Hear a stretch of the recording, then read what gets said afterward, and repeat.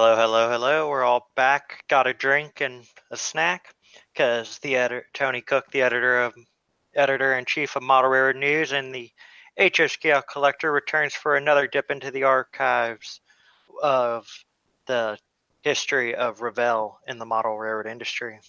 Take it away, Tony.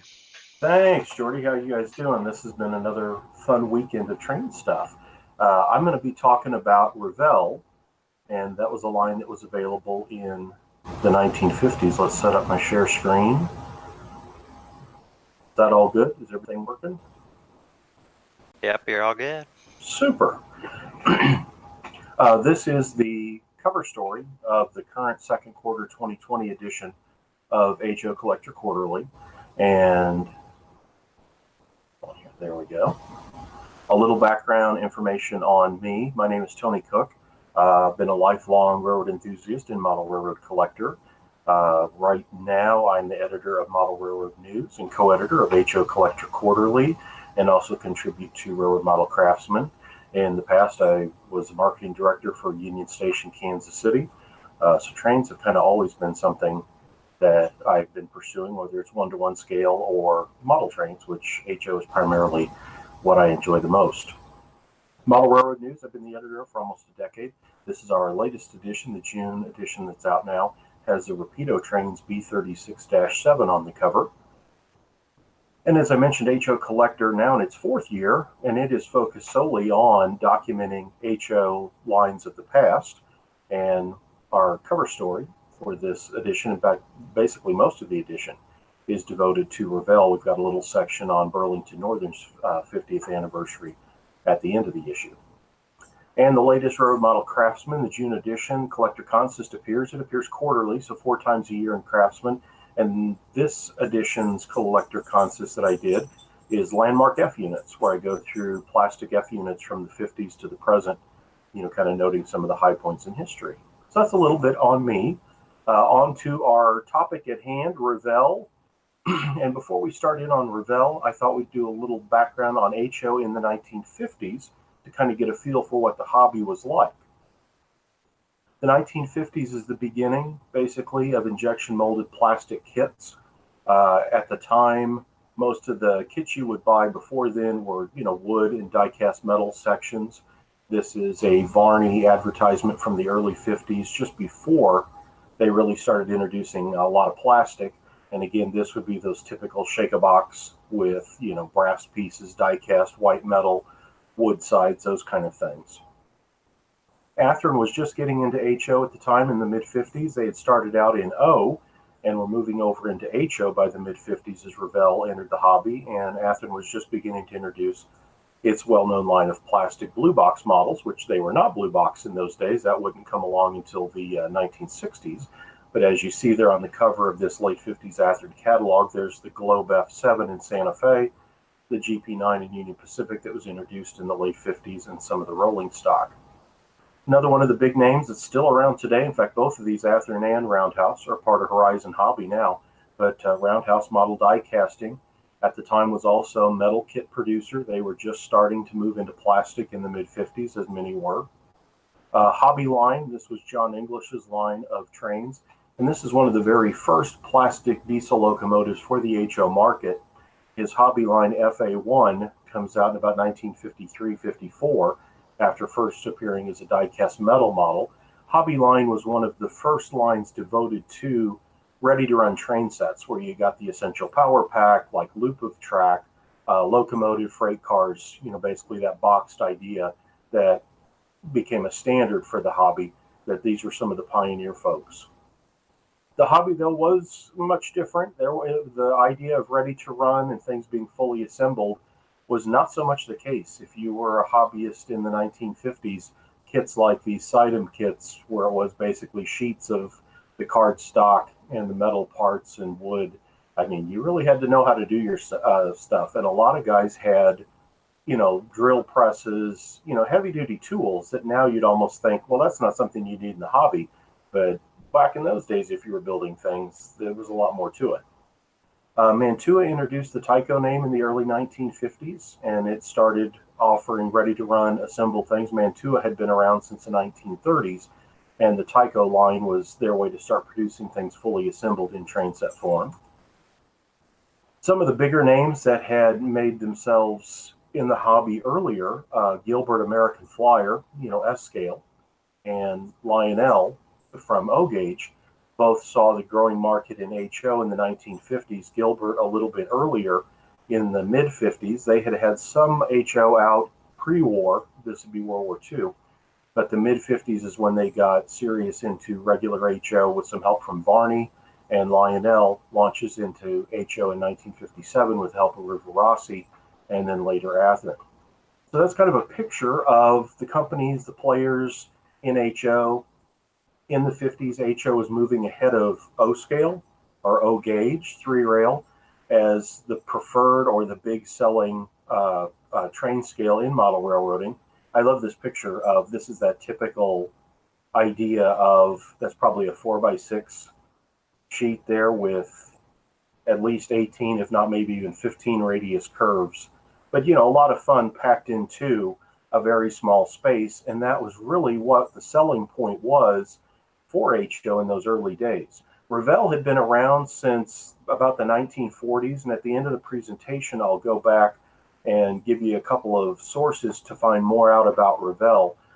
The name is still around today. It's gone through a number of ownership changes. They were based in Southern California.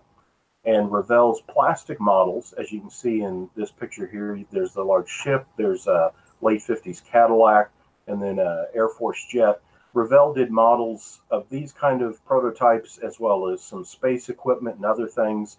That Revell was known for its plastic kits. And as HO was growing and these other companies were moving in, Revell also saw the interest in the market and decided that they too would try to get part of the action of HO. And in 1956, they announced their line of HO and began promoting it.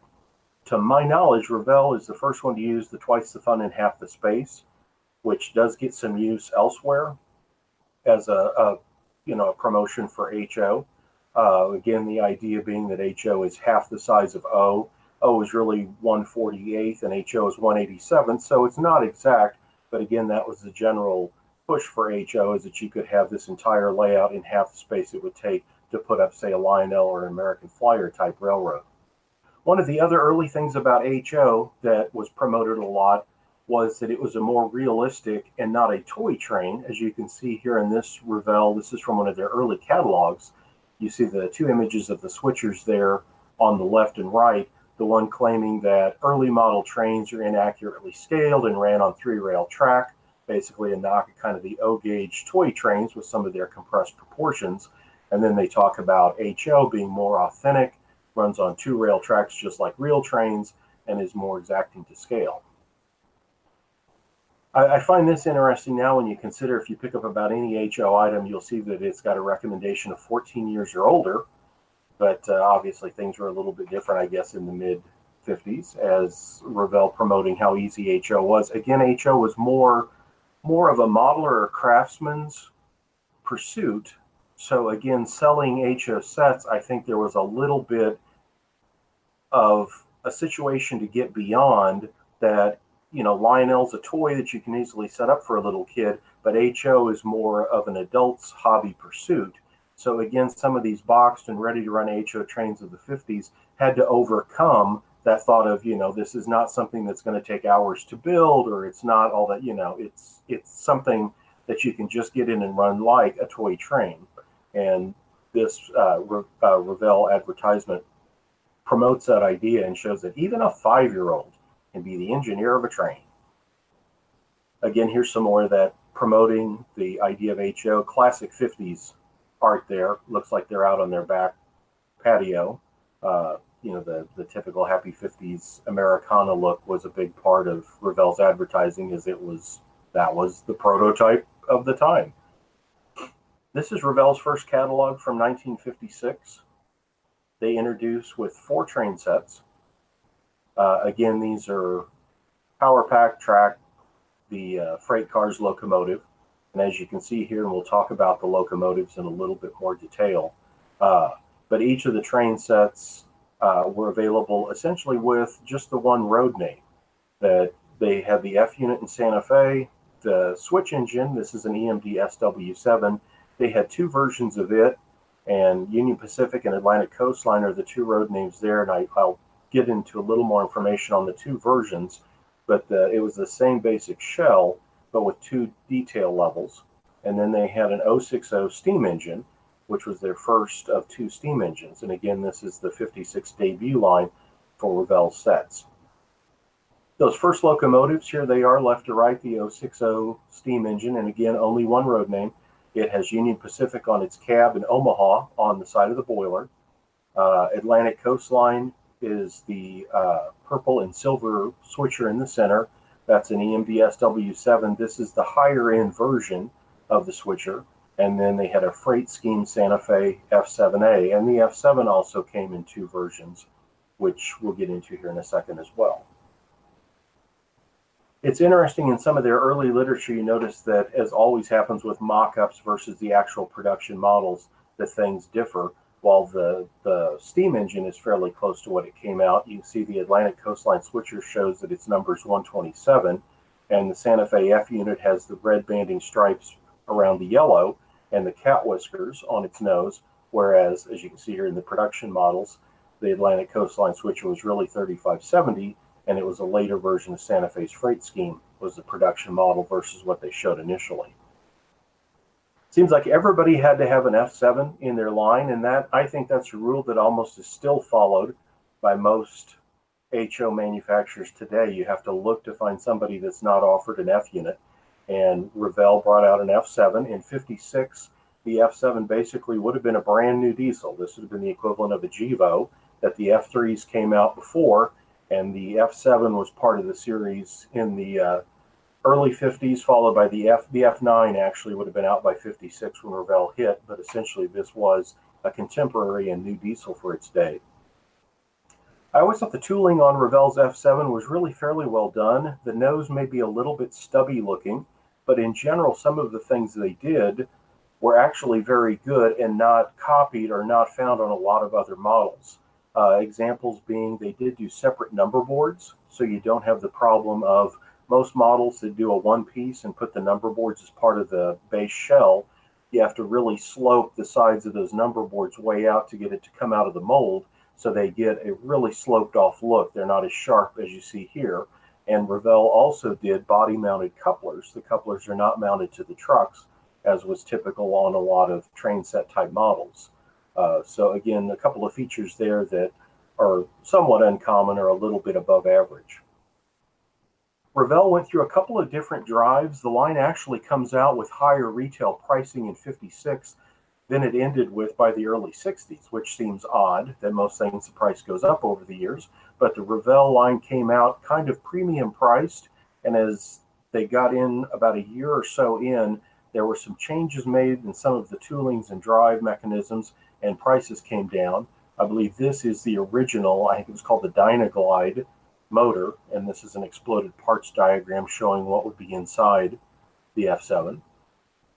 As I mentioned, another thing about the Revell, the two diesel locomotives, is they came in two different levels, almost like a ready-to-roll in Genesis, as you have in Athearn today, that Revell had its base model and then an upscale version of the same model.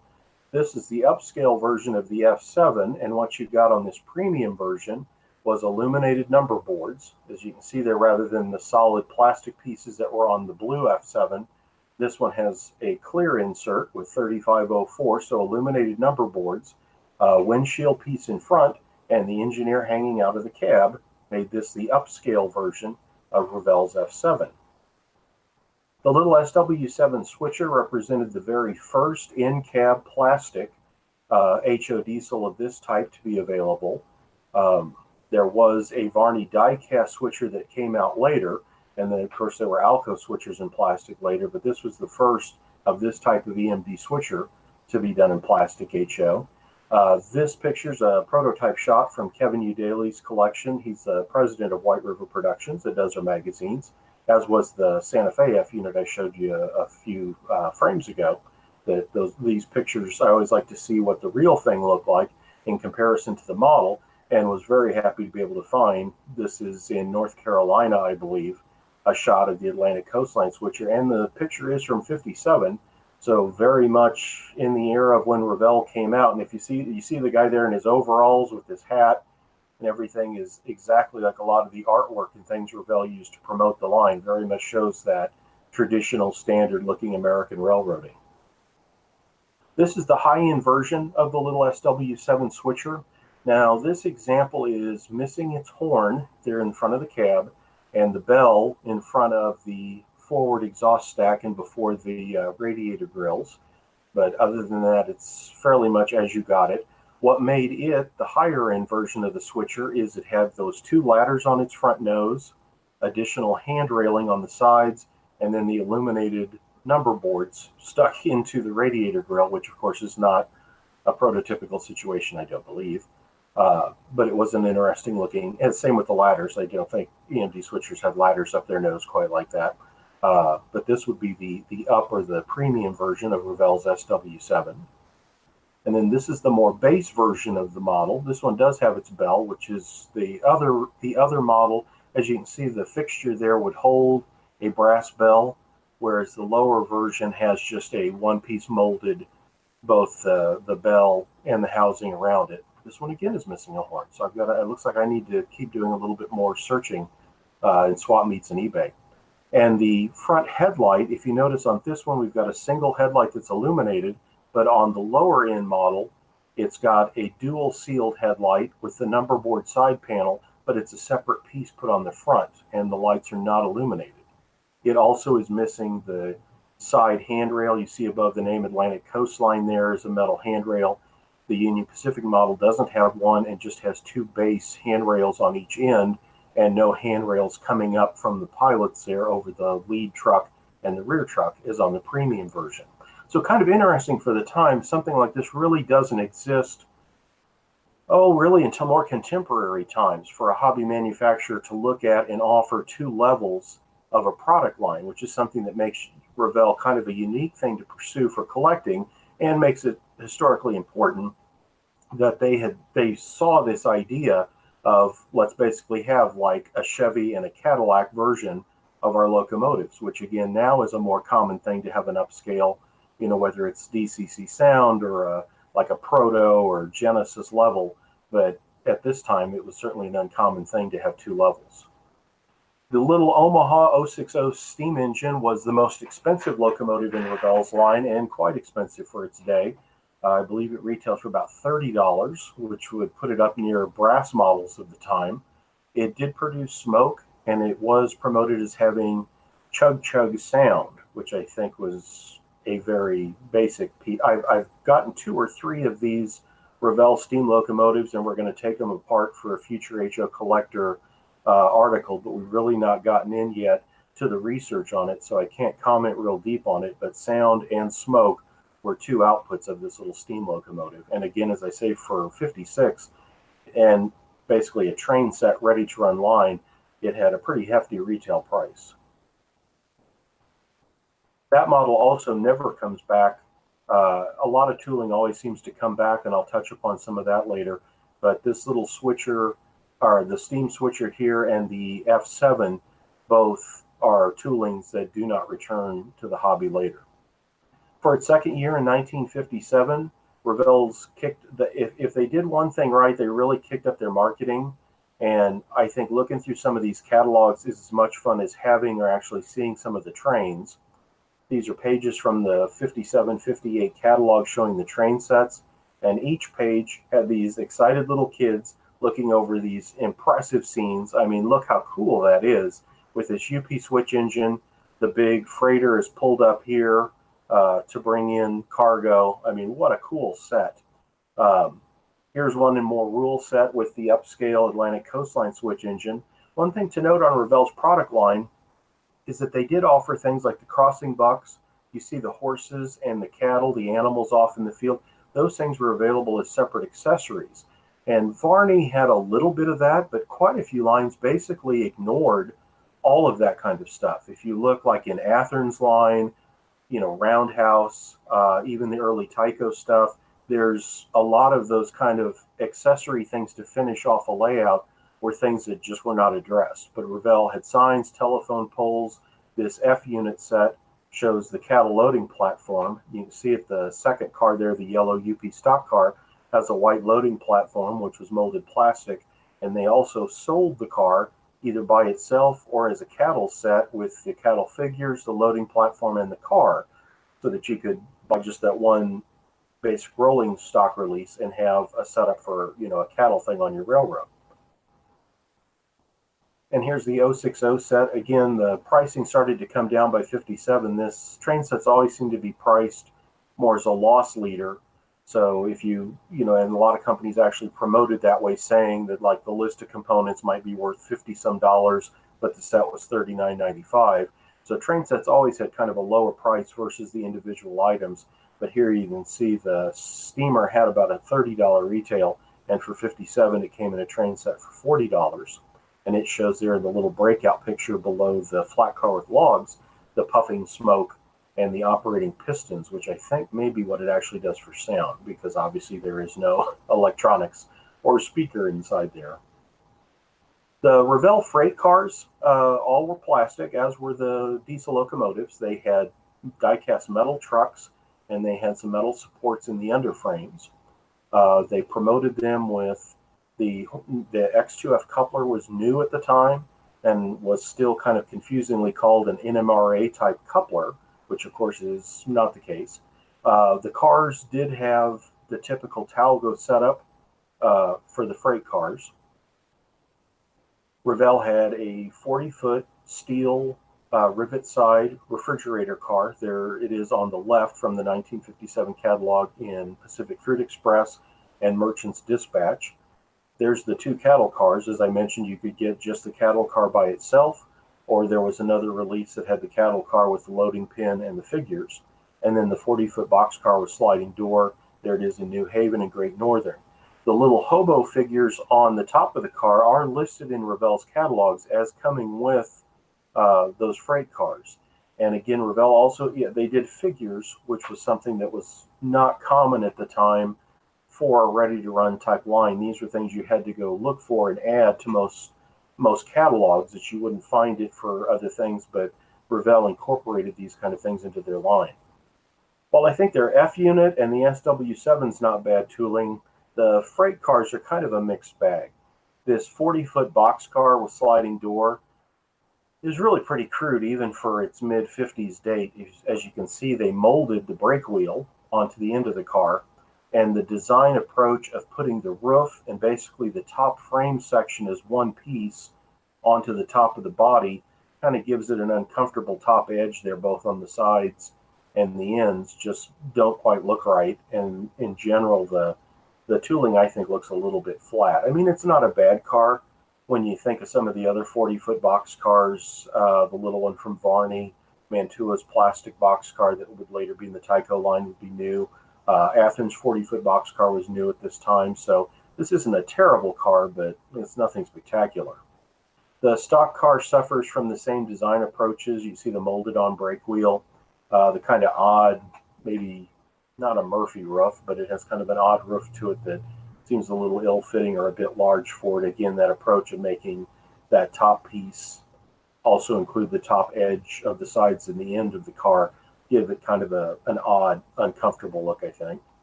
The other cars they did were slightly better. The little two-bay, like 55-ton hopper, the gondola, and the flat car, which they sold as extra long cars. And these are also historically noteworthy that both of those cars are the first cars for plastic HO bigger than 50 foot. And we'll get to those in a second. Here's the little two-bay hopper. As you can see, again, we've got a molded-on brake wheel. It's basically a one-piece shell. The trucks, as you can see on this sample in the underframe, you can tell if that's die-cast metal as it's starting to kind of rot and age and get a little bit of white to it. It came with a coal load, and they also did a lid for it with hatches, so it could be kind of a covered hopper. The gondola and then the flat car I mentioned are important in that they are actual fairly close to prototypical length. That so many flat cars and gondolas in HO plastic in the early days tended to stay at about 50 feet, which there are some examples out there, but in general, a flat car and a gondola 53, 54 foot is kind of the more typical length. So these cars for their day were also giant in the fact that most ready to run train set type lines were stuck at about 40 foot. For example, Tyco's line doesn't see 50-foot cars until the late 60s. Athearn doesn't really get into 50-foot cars until almost 1960. So these cars truly were big cars for their day, and there wasn't much in the market that compared to them. The flat car may be the best tooling of the bunch. This again is about a 52, 53-foot flat car. And this is one of the ways it came with stakes and a log load. And it is a real honest to goodness set of 3 pieces of wood, so authentic logs. You'll notice that the trucks that Revell employed are friction kind of Bettendorf type trucks. They do have springs in them, and then plastic wheels with metal axles. The caboose is an interesting model. At the time, the comparable cabooses would be Barney had like a little bay window caboose. Athearn's Santa Fe style in cupola steel caboose came out in 57. Tyco's no prototype streamline cupola caboose that's close to, I think, Penske's like N5, but they slide the cupola off to the side for the Mantua Tyco model, is also 57. But this one for its day in 56, that's a UPCA1, I believe, and is really a pretty good representation of the prototype. I think I have a picture of the prototype maybe coming up here. I don't know if I kept it in the group or not. This too had an upscale and a lower version. This is the upscale version of this model with the end ladders and the railings coming up over the top, and then the little guy with the lantern made this the upscale version of the caboose. 1958, this would be the 3rd year that Revell was in the market. And for this, the only 2 years in, and Revell essentially is starting to kind of maybe lose steam a little bit on what they were doing. The new introductions for this time, the base flat car basically serves that 54-foot flat car becomes a cable reel car. You see it in the lower left, the yellow car with the SLSF Frisco reporting marks and the gray molded cable reel load. And then they put bulkhead ends on the flat car and gave it a molded plastic log load to make a pulpwood car, which is there on the right lower picture. Then above the yellow Frisco car on the left is a Heinz pickle car, which is a fairly intricate bit of molding and a lot of separate different pieces that again was built on the 53-foot flat car in Revell's line. So they added those 3 new cars in 58. And then probably the thing that Revell is probably the best impact or the most important thing long-term that they did for the hobby is the line of kits. And the kits debut in 1958, the small town stations there in the upper left, the trackside buildings in the lower left, and the complete farmhouse set is in the lower right. And these were molded plastic. The plastic was colored. Basically, those models are essentially not painted or not painted much. They would snap together and they came in molded colors. And again, these were things that contemporary plastic kits of the day were the very basic, like Plasticville USA, and other plastic kits at the time. I don't really think there's much of anything. I mean, Tyco didn't get kits until the 70s. AHM's not around till about that same time. I mean, so kits of this quality and this look, this really was something big for Revell to do. The operating crossing gate was new that year as well. It's in the upper right corner. As you can see, that's that same style with the kind of center tongue depressor that goes down as the stuff rolls over that then makes the arm go down on the gate. It was lighted, and essentially Tyco's long-serving crossing gate that comes out about 5 or 10 years later follows that same principle, and Bachmann did one as well. Here's the packaging for the small town station. Again, Revell's marketing, I think, if you're into collecting or old trains, Revell stuff is awesome to get just for the boxes. I mean, look at the cool picture there. Notice the station's name is Revell Town. And then in the background, we've got the neat train coming out of a tunnel there in the upper right. The steam engine is pulling up to the platform. I mean, it really sets a scene, and the packaging and everything was so well done that, Revell, and their other stuff is too. If you look at Revell airplane, ships, cars, all of this has a very inviting, cool look that makes you want to buy the items. And I think this really makes this a neat line to collect. 1959, this is kind of the last big year for Revell as far as having a separate HO train catalog that after this point it kind of folds into the regular line catalogs and essentially starts to disappear. For 59, kind of answering to some of the price issues on some of the earlier stuff, they brought out a simpler steam locomotive. Many will recognize this as the Baltimore and Ohio Dockside 040 that Varney most famously produced, and Rivarossi would do just about this time. A few years later, the first of the Rivarossi versions of this come out as well. The Revell, I think, is essentially a copy or close to the Varney model, and oddly, although B&O is the one and only prototype, Revell only offered it in Pennsylvania. An interesting first, again, for Revell is this track cleaning car. Again, I don't know of any ready-to-run maintenance type accessory that you could buy. And when you think about it, this, you know, in the days of brass snap track and things, boy, keeping your track clean was a paramount concern. And yet this is something that, you know, you basically did it by hand, that this kind of a thing didn't exist. This bunk car, it's a 40-foot car that Revell tooled up. As you can see, the mechanism inside and the pad underneath spun and would basically polish or wipe the track clean. They got a lot of use out of this tooling. It also was available without the track cleaning mechanism and just sold as kind of a bunk car or maintenance away car. And then they also put the car on the ground with some assorted buildings around it as like a rail facility yard office. So very good amortization of the tooling of this little car. But again, noteworthy in that I think that's the first track cleaning car that you could just go out, buy, put on the track, and send on its way. No fluid was involved. I think those are just kind of a mineral type pad that brushes the brass rails. Also, 58 saw the operating hopper set, which again is kind of one of the things HO was trying to do in those days was to copy some of the toy or the fun ideas of Lionel's operating things, which obviously was a much more technical challenge to pull off in HO due to its size. But the operating hopper took Revell's little two bay. You see it there at the top in red Burlington paint scheme. And it had two gates that would open and then could empty a coal load into that little bin underneath. And then you could dump it back in the car and go again.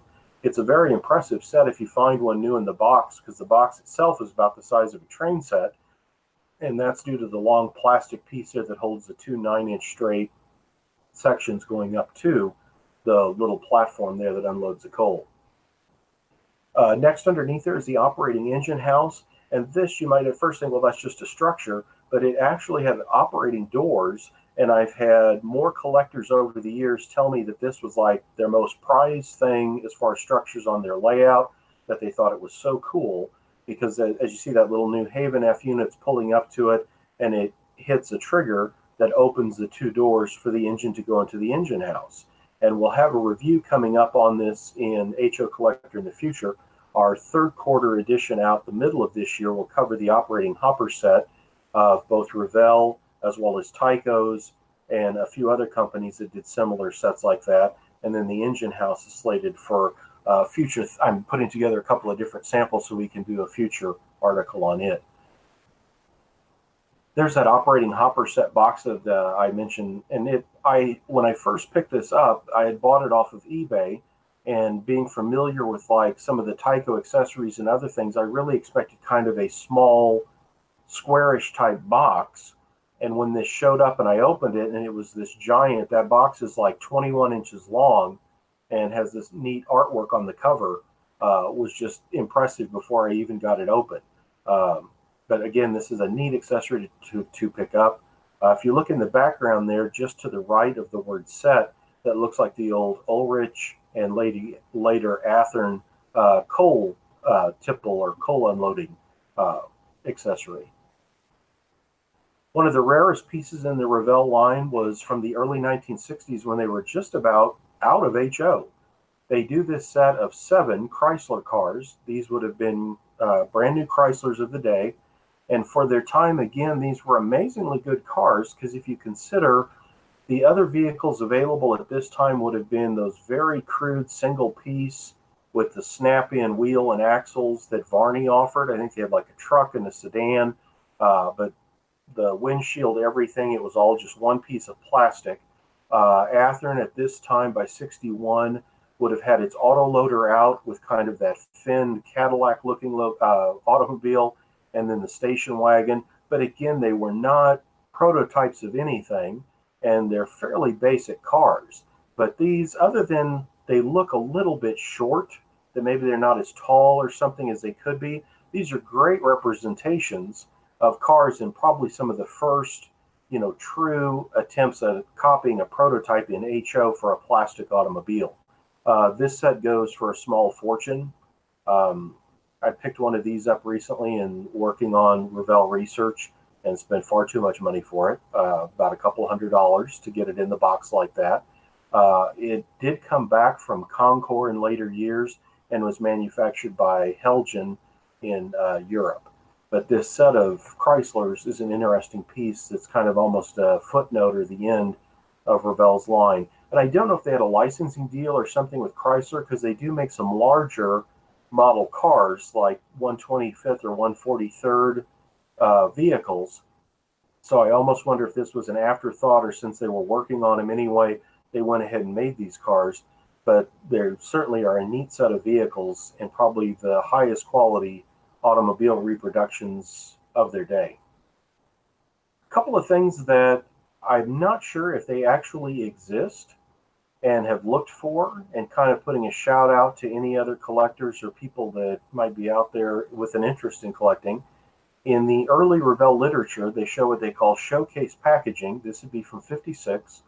And as you can see these pictures, it's kind of a suitcase with the train set in it. And I have never ever seen one.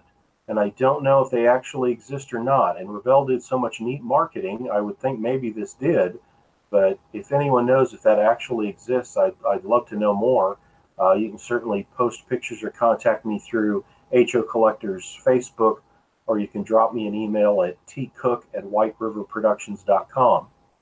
One of the other things of Revell's line, they did their building line, as I said, the group of structures, stayed in the hobby forever, and really had a lot of buildings they came back from Revell. They were available through AHM. Concor sold them. There's probably a few more I'm not thinking of at the moment, but the structure line was really probably the longest biggest impact in the hobby from Revell. This is in the 1962 catalog, and it shows a Union 76 service station. And it does look like it's a bit of a mock-up, and to my knowledge, I don't think it exists. So if anyone can confirm that or know where that comes from, I'd be interested in more information on it as well, because I'm not sure if that actually exists. As I mentioned, Revell did depart after its 1962 catalog. From what I know, 61 and 62 HO trains are lumped in with their regular line of rockets and planes and ships and cars. And the HO line basically no longer appears after 1963 or beginning with 63. Now, this white box with the black track cutting across the top left corner, these, to my knowledge, are from about 1974. I have a couple of these, and they have like warranty cards or, a mail-in thing that says must be returned by, and it's got like a 73 or 74 date. So I think they came back then, but I can't find any information on them in Revell catalogs from those days.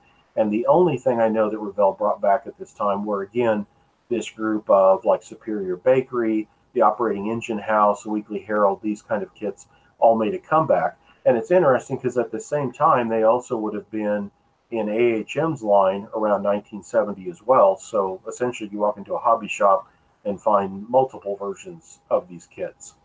By the mid-1980s, Jim Conway at Concor had secured the tooling, and the kits come back in the Concor line, as does the operating hopper car. And Concor also brings back the SW7 diesel switcher, and surprisingly enough, you can find it from Concor with a Cato-made drive, which, wow, for a mid-50s train set Revell switch engine, to have a Kato Japan drive in it, that's about as good as it gets. That it came back in that from Concord that way, and Concord did show the F7 in one catalog about 1989 is coming back, but the mock-ups they showed were a combination of Athearn shells and the old Cox F3 tooling, and to my knowledge, Concord never brought out an F7, but I would assume it would have been that Revell tooling, and it just didn't make it back.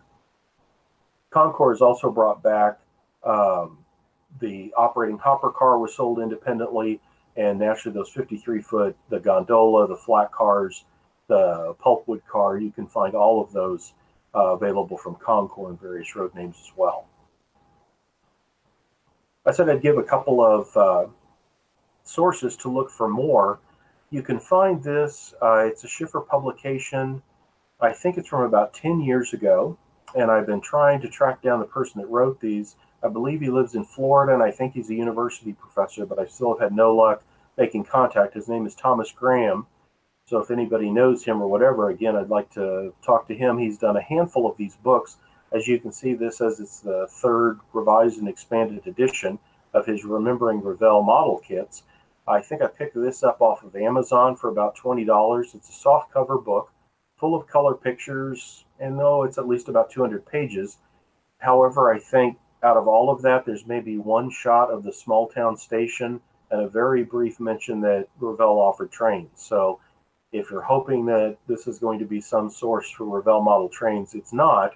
But most of us in the hobby also have a passion or interest too in car models, plane models. It certainly won't be money wasted, that you'll enjoy the book, but it's not a Revell train book by any stretch. But it does give you the full history of Revell, talks about their startup in California, the things they went through kind of growing and expanding, and how they kind of changed owners beginning in the 1970s. So if you're a train person, you'll find the history of Revell to be a benefit to you for sure.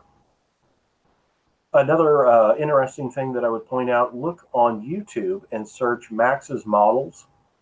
And this guy does videos where he gives history things. And this one is Aurora, Revell, and Monogram, and they're all combined because by about 1980, those names were all under a different ownership, or under the same ownership under a different company. And so he kind of goes through their histories. So if you'd like more information on Revell, you can go to YouTube and then search out Max's Models channel. And again, this Revell history video is great. You can see in the corner there that link for a Lindbergh line as well. And again, the Lindbergh, none of these basically do anything for model trains because that's not the focus.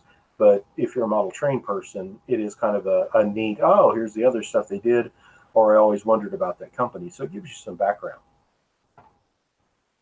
What we have coming up this year, as I mentioned a little bit ago, our third quarter edition should be out in July, and we'll be doing the operating hopper cars. You can see there's the early mock-up of the cover that I think I just finished yesterday that shows the Revell operating hopper, and then we'll be doing the Tyco as well. That'll be done by Tony Lucio, my co-editor there at HO Collector. He is also doing the big 62-foot triple dome tank car that was introduced by Tyco in the early 70s and copied by several people. That's the third quarter HO Collector that'll be out this summer.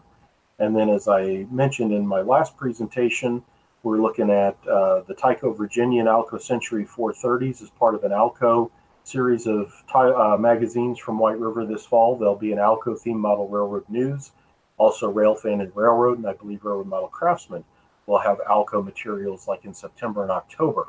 For Model Railroad News, it's October is our Alco issue, and this fourth quarter HO Collector will have Alco materials, and again, that'll be out in the fall.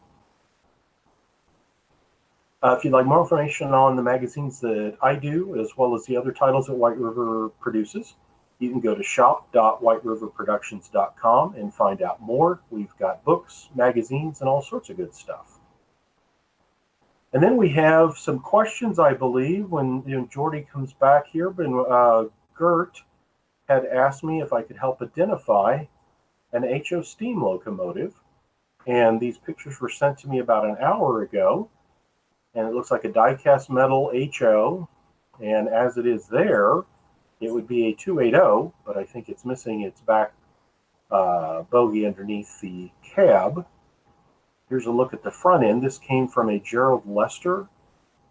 I believe he's an NMRA person, or was watching and asked, could somebody, he said we bought it about 60 years ago.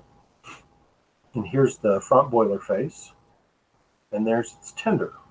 And his idea was he thought it was a Mikado and might have been from Mantua. And I went looking after I got the email from Gert, and there you go. That is about mid-1950s Tyco. So it would have come out before as a kit from Mantua. And again, you can see there's that back. It is a 282 Mikado. And this is it as its first fully assembled version. It would be die-cast metal, and the tender would be die-cast as well from the Tyco line. There it is in the 1960s, again from Tyco, fully assembled. And then Mantua came back in the late 1970s and reintroduced many of their kits. Now, one of the things about some of these, we mentioned it was a 282 Mikado. This is a 1993 Mantua kit or catalog.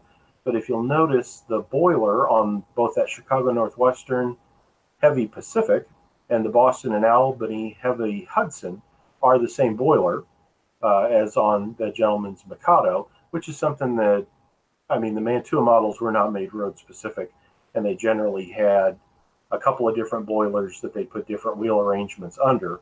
So again, there's that die-cast boiler serving as a 462 Pacific and a 464 Hudson. And then below it is the 90s version of their light Mikado from Mantua. So there's the 282 wheel arrangement, but notice it's got a lighter, smaller boiler underneath it. And that is what looks like is coming back from Lionel in HO later this year, that Lionel is using some of the Mantua tooling. And so this Mikado will be back, but it looks like it'll be this light version with the smaller boiler. So there you go, from 60 years ago up through the present is this Mikado, more or less from Mantua in a couple of different ways. All right, thank you, Tony. We do have a couple questions. One of which being was, what got you interested in writing about and researching or collecting historical HO scale model trains? I always would go to swap meets with my dad in like the St. Louis area, and we really started getting serious going to a lot of the swap meets in the 90s. And I would see a lot of those trains that I never had as a kid. That Dad was a more serious modeler, so the shelves were full of Athearn, Roundhouse, things like that. But we always had all the catalogs for like Tyco and Lifelike and Model Power. But very rarely could I have a lot of those toy type trains. That most of the stuff I had was, the better like Athearn Blue Box. So suddenly, again, later as I start seeing this stuff, and when eBay hit in the late 90s, it's like, oh, wow, I can get all that Tyco junk that Dad would never let me have. And then the other one was Bruce Wilson comments, how many changes of ownership did the engine house bakery / machine shop go through? And it's still a good kit to kit bash with. It is. No, as I say, that's probably the biggest impact or the most lasting that Revell had was that structure line they introduced. They're Revell initially, and then I think they're completely out of production until AHM brings them back around 1970, and that's at the same time that they start importing a lot of the Pola kits like Arley Station and Rico Station and those. And a lot of those are E.L. Moore designs. You can look back in old issues of Railroad Model Craftsman, and you'll see the plans to scratch build things like, I'm trying to think of the one little Ford place. Speedy Andrews, I think, is the name of the little car repair place. And then like Arley Station, those are all basically scratch building articles that then, I guess, Pola in West Germany and maybe through AHM made into kits. They come out first. Now, I'm not sure when those kits are made by Revell around 1958-9, I believe they're injection molded and done here in the U.S. But by the time AHM has them, I believe maybe they're over in Europe someplace. And then Revell gets another run of them, as I mentioned, about 74. And then Concor has them again in the 80s. And I think even Model Power has a few of them from time to time. So they certainly have gotten around over the years. All right. Yeah. Sounds like it. Do you know if there is a prototype for the Revell 060 switcher. Not that we could find when we were doing the article. As I say, since that base article on Revell came out in our second quarter HO collector, I picked up 2 or 3 more samples so we can take one apart, try to get one working, and do more with it. But at this point, no. I like the dock side obviously is a prototype, and the SW7 and the F7s are decent prototypes. But I don't think the 060. I've yet to be able to find anything that matches. All right, and Ralph Renzetti comments: didn't Revell also make a bascule bridge? No, that is part of the Pola line, and I know the bridge he's talking about. It comes out first from AHM about 1970, and then Tyco has it, and then I think it's Model Power later in IHC. And I don't know if Walthers has brought that back or not. Walthers in either mainline or train line has brought out some of those Pola kits, but yeah, that like lift bridge or bascule bridge was not part of Revell. All right, and I have a question. What is something interesting that you have found that kind of shocked you when you were doing your research? In talking to the 2 things on Revell that I thought were really neat were so many people wrote me, emailed me with, this was so great. One guy said he got the magazine and basically looked at it every night for a week, kept looking back through it. And it's always fun when there's a line like that you're interested in or you like to collect. You always wonder, what if somebody else likes this or thinks it's cool too? So it's really been gratifying, as we've had a lot with HO Collector, to have people come forward and say, oh, I always liked that, or oh, I've collected that for years. The other thing on Revell, I hadn't realized all the different, I'm working on more Revell research right now, but it looks like some of the freight cars had some tooling changes. There's always variations, it seems, with any model line. And there's things like that that's coming along now that we'll be presenting that information later. And again, it's always tough because when you're doing it the first time, you want to try to cover everything, but you always realize that someone's going to come forward with, hey, did you know about this? Or how about that? And that's part of the fun of presenting that information, is to kind of get, that message out there of, hey, can anybody else answer this? Or is there something here I've not covered that you know about? So it's always fun to discover more things. All right. We do have a couple more minutes before the end of it. So you are working on your book, the one book that, and Penline, yeah. Penline. Penline is in the works. We hope to have an announcement for that later this year, and it'll be like a softcover history of Penline, which was based in Pennsylvania, started in the 1950s, and later most of its tooling goes into Varney, then Lifelike, and Bowser did some of it. It should be a very good book that I'm looking forward to it. All right, and then somebody's asked, Tony, can you give me any information on a Rock Lane model's rotary dumper trestle and conveyor kit number 1? It's a wood kit. Rock Lane is its name? Yes, it's apparently Rock Lane Models. I'll have to look. I'll write it down and I'll do some looking, because that's new to me. What is it? It's Rock Lane. Rock Lane Models. It's rotary dumper trestle and conveyor kit number 1. I will do some looking, and if that person has a picture or any other information, please post it on HO Collector's Facebook page, and I'll see what I can find out in my boxes of catalogs. As you can see behind me, yes, always in the midst of digging through old magazines or catalogs. All right. And Tony, I want to thank you again for coming on to our little clinic show here and giving the history of Revell.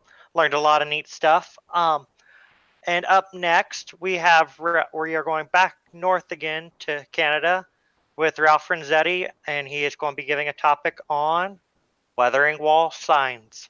Thank you guys, and we'll see you at 3 o'clock.